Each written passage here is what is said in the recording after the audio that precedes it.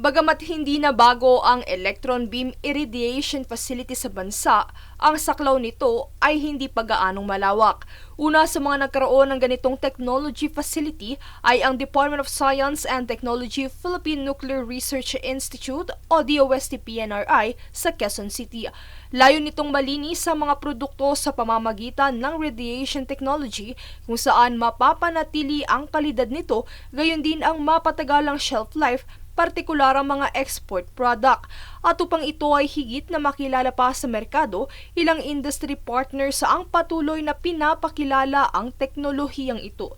Isa na rito ang Irradiation Solutions Incorporated o ISI E-beam na kauna-unahang commercial scale contract E-beam facility sa bansa. Sa aming pagbisita, ipinasilip ni Francis Valdez, Head Operations ng ISI E-beam, ang kanilang pasilidad sa Tanay Rizal at kung ano nga ba ang importansya at convenience na hatid nito sa product industry.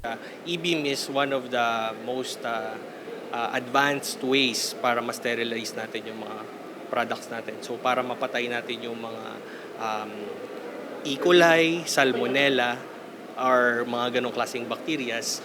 Anya, hindi maikakaila na isa ang Pilipinas sa mga bansang nahuhuli pagdating sa teknolohiyang ito. Kaya naman sa pamamagitan ng E-beam, matutulungan nitong ma-boost ang agriculture sector pagdating sa exporting ng produkto abroad.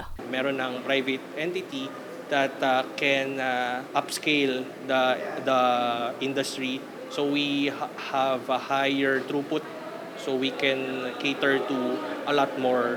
We can reach to a lot more clients.